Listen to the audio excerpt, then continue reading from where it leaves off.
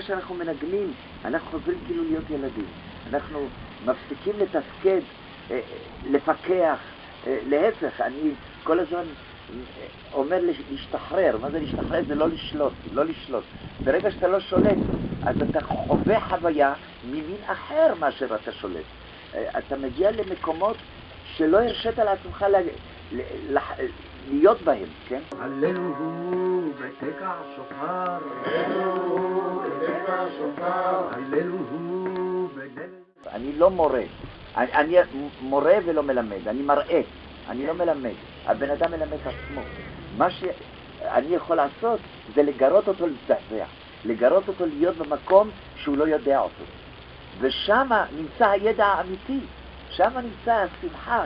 אני חושב שברגע שאתה מנגן, אתה מתנתק מההוויה היומיומית שלך. הללו בתוך ובמחול,